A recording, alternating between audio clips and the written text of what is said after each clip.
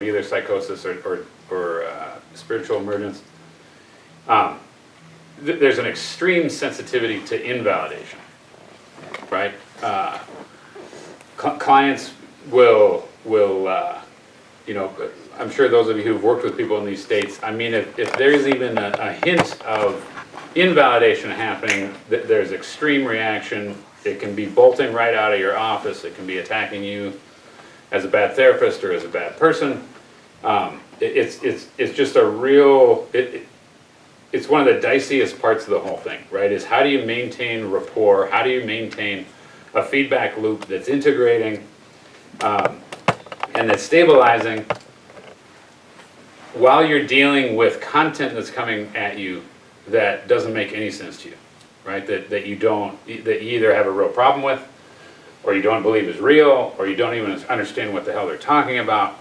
How do you stay in this relational dynamic and not invalidate, and at the same time, again, not condone and suggest, yes, you should go, you know, behave this this stuff that you're experiencing. So it's a real specific zone to try to stay in. And again, what I tend to do is back out of content and move into process and look at energy and talk about energy and talk about what's going on in the moment with regard to me and the client, and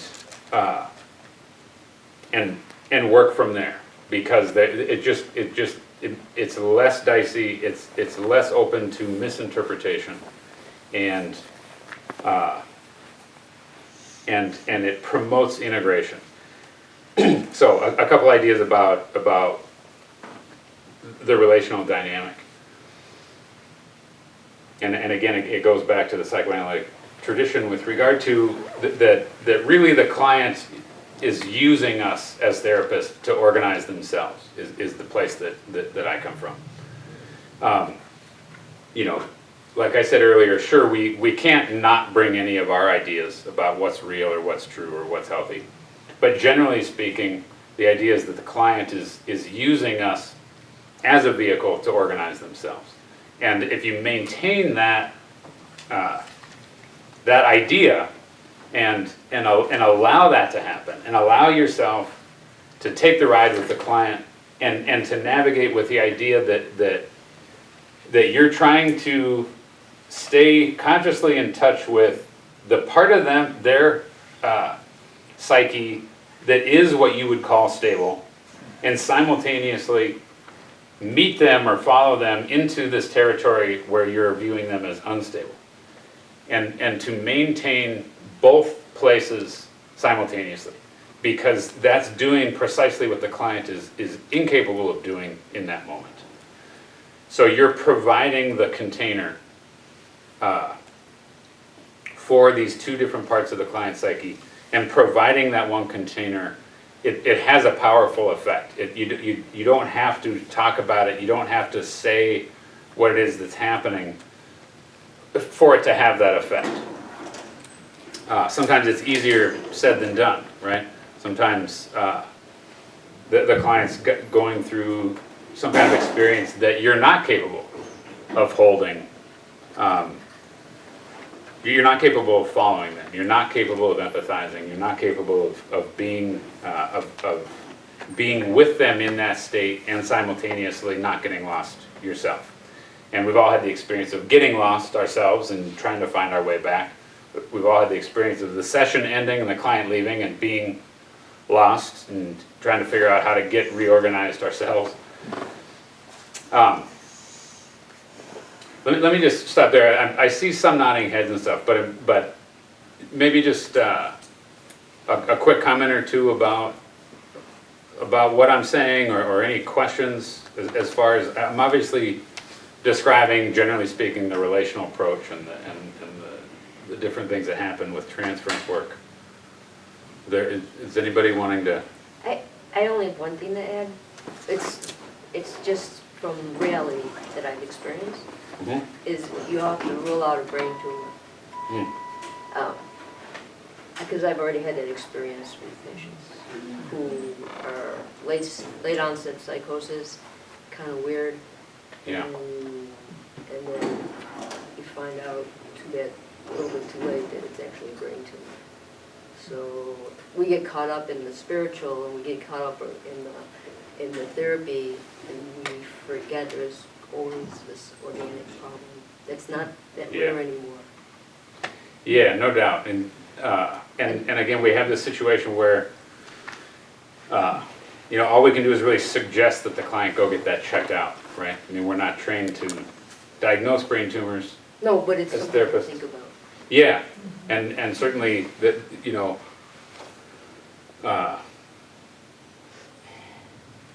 certainly in my work and what the way I approach it with clients is always to have the client look at all these different factors, right? Environmental factors, biological factors, social factors that are going on in their life. Obviously, in the work I do, I'm primarily working with the client as far as what's going on intrapsychically for the client. But there's lots of things that can be the source of the problem in their psyche. I also wanted to mention that last part that you mentioned, Lance, about when things get more challenging. Yeah.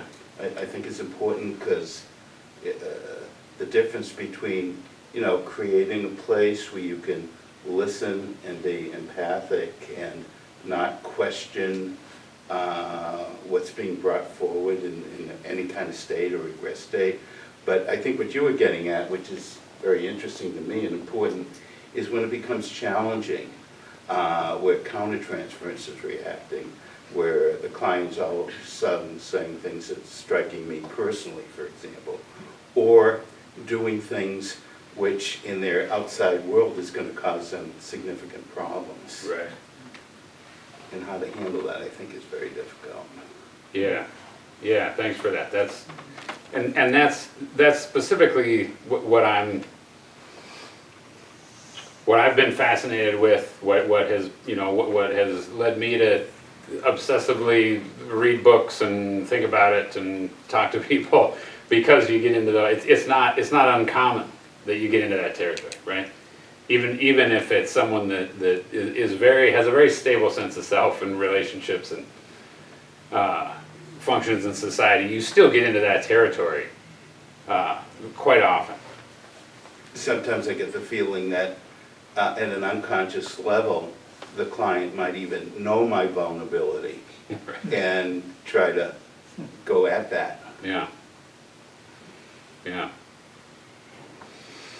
I'm going to talk about some stuff in consciousness studies that's moving more and more towards that I alluded to with the stuff with Wilbur Washburn, Ferrer, Tarnas. These guys are kind of some of the leading figures in consciousness studies, and a lot of the stuff applies to the therapeutic model.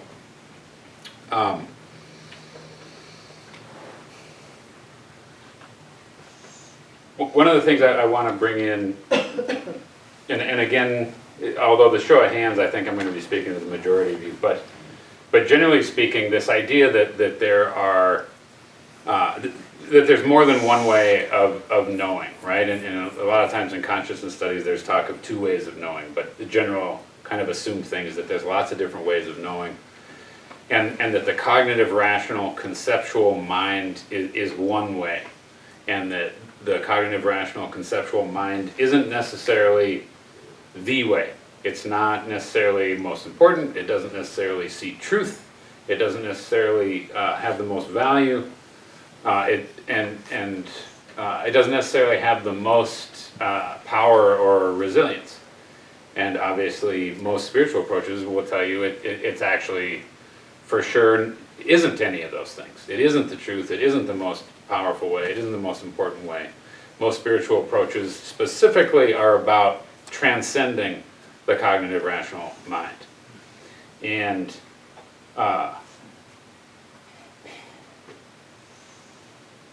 when you I have a client who is in your office and is going through certain experiences,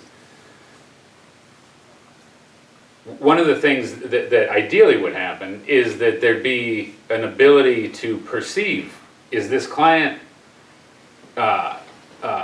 interacting with me or interacting with themselves from their cognitive rational mind right now, or from their intuitive mind, transpersonal mind, third eye, whatever kind of words you want to use. And the ability to perceive one or the other is what in my work became, it was a real game changer for me when I went through certain experiences where I felt that more and more I could discern one from the other in myself. And as that happened, and this is often the case, simultaneously I started being able to perceive that in others, and started to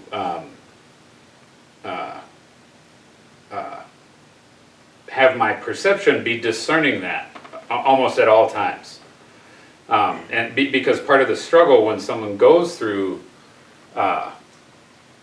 changes in consciousness, it's extremely confusing, right? Because we get flooded in the...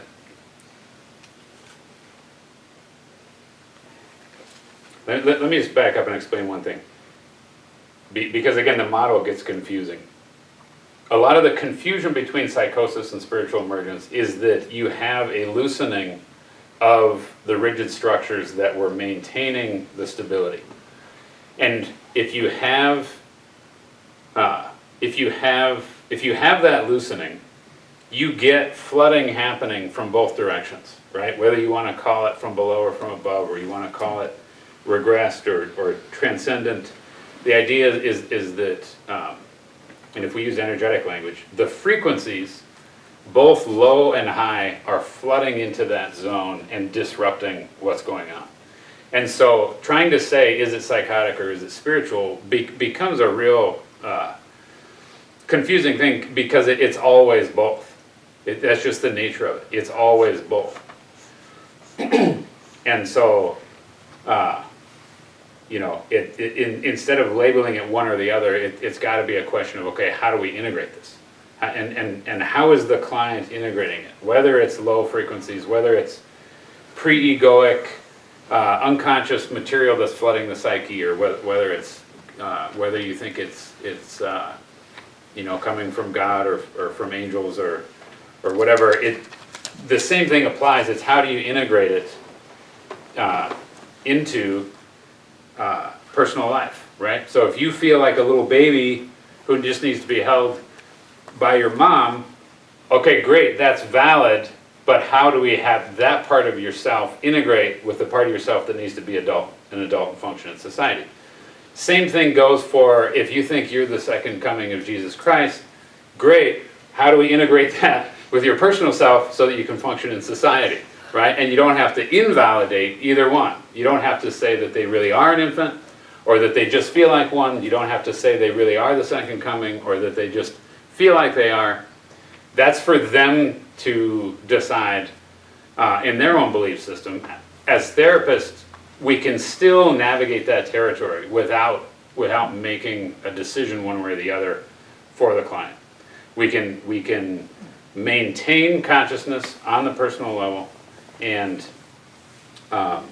again, try to accurately hear, empathize with, and help the client integrate whatever it is they're experiencing.